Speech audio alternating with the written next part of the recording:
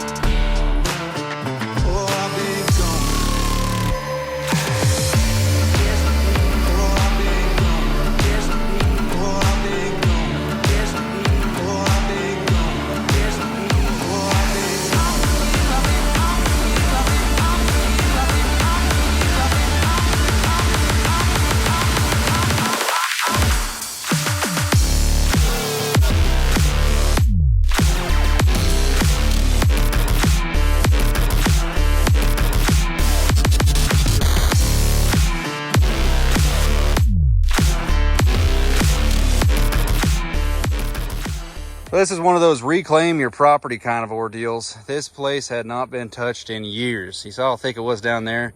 Wasn't any thinner up here. This road was cut in during the 70s. There was no access at all for bicycle, foot, nothing. Bring a mulcher through here and it grinds all the trees right into the soil. Now you got a nice road again. I did kind of push all the duff off a little bit so that it was a little bit easier packing the trailer and water wagon through here. But you can see it's usable again. Stumps are all torn out, good to go.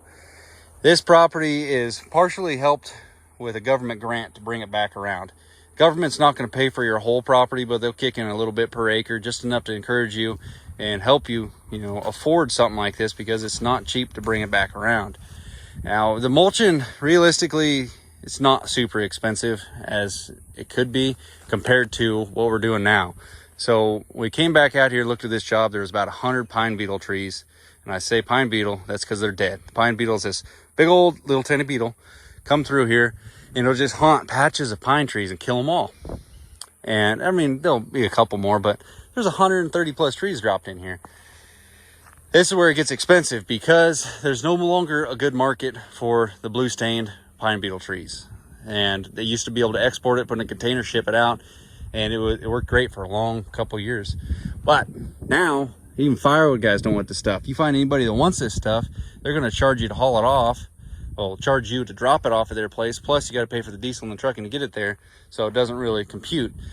Properties like this will be able to stash the bigger stuff and chip anything or 20 inches, 18 inches and under. We're going to completely get it gone, and that's where these 3 machines come into play. If you would have told me 2, 3, but definitely if you said 4 years ago this is going to be set up that we're going to be running, I thought you're crazy. There's no way. Brand new 175. Both these machines are used, and that's the way we always kind of played it, because we work, and Haas is very much against taking any kind of loans for anything. And so just save the money, and when you can afford it, upgrade. But then sometimes opportunities come around, and it's always nice to have the money in the bank so you can buy stuff like this. And they got a super deal on this chipper. It's had a ton of issues though, because, well, you buy stuff at a deal, cheap, used, yeah, you're gonna have some issues, mainly just wear items, welds fractured and stuff like that. And currently it's a fully remote control rig, but the remote control is kind of throwing some issues at us. It's losing communication, which is extremely frustrating. So we're hoping to get that worked out. But when it came down to the Mechlek, I plain and simple, I wanted a new grapple for the 080. But then started, thinking about it. Well, if we can afford it right now, let's, start making some moves towards a new machine. And I wanted something that was just going to blow the 080 out of the water. This thing's track speed, just raw lifting ability, and all the various implements can go on this, because it's basically a skid steer and excavator combination, plus it's at 100 horsepower. That came into play talking to Jim down there. This one was a factory demonstration machine, not a customer demo kind of rig. It's got low hours on it, and it fit the budget. And when I say, take the opportunity when you can, it recites back to when I lived in Wyoming going to school. I worked at Boot Barn, so I didn't have to, take out an extra loan for rent and stuff like that. I wanted to work my way through school. I had an opportunity to buy the expensive boots. Being an employee, you get it at like peanuts compared to what the retail cost. And I never took that opportunity. I could have, but I wanted to save my money, and I didn't want to buy the expensive boots. But now it's like I'm never going to own those boots because they're freaking $1,000+ when I could just buy a $150 pair that I'm going to beat up on a daily basis. But now I'm like, well, if I have an opportunity and I can afford to take it, let's make it happen. So those things, you got to take those opportunities. And I knew in the future, maybe some of those opportunities, I'm going to have to do some, businessman kind of stuff for.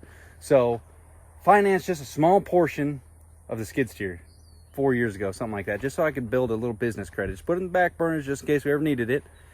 And I'm not saying we didn't need this machine, but at the same time, it's nice to finally just have this, because for the longest time with the old machine, we got a super deal on the first Prime Tech, which was a 2013 model. Got that thing out of Canada.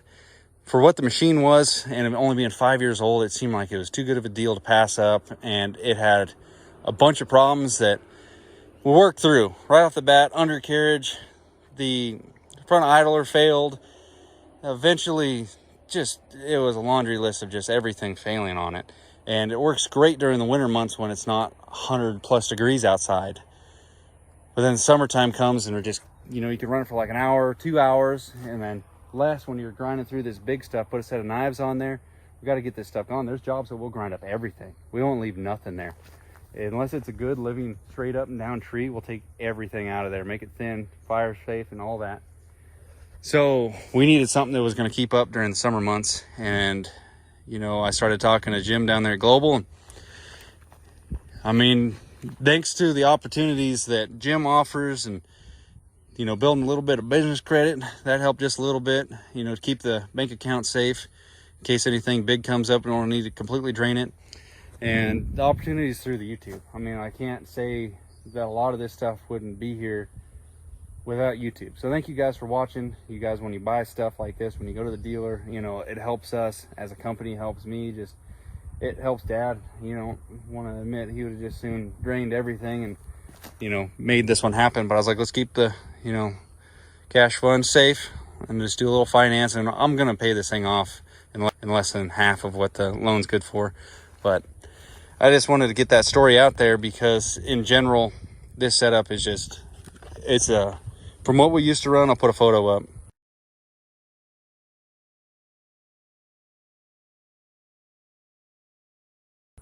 It's just something different. It's holy crap. Just details on this machine. I can't even go into everything on it, but for the most part, I'll just tell you right now, 105 degrees outside. We just did the neighbor's property, ground up probably 2-3 logging truck loads in one day. And 105 degrees out, and the machine did not overheat, grinding up multiple logging truck loads. Sorry, switching the camera. It is actually so hot out there, filming that short clip with the phone, it overheated, shut down. She's nice and warm. Long story short, very excited about the opportunities with FAE.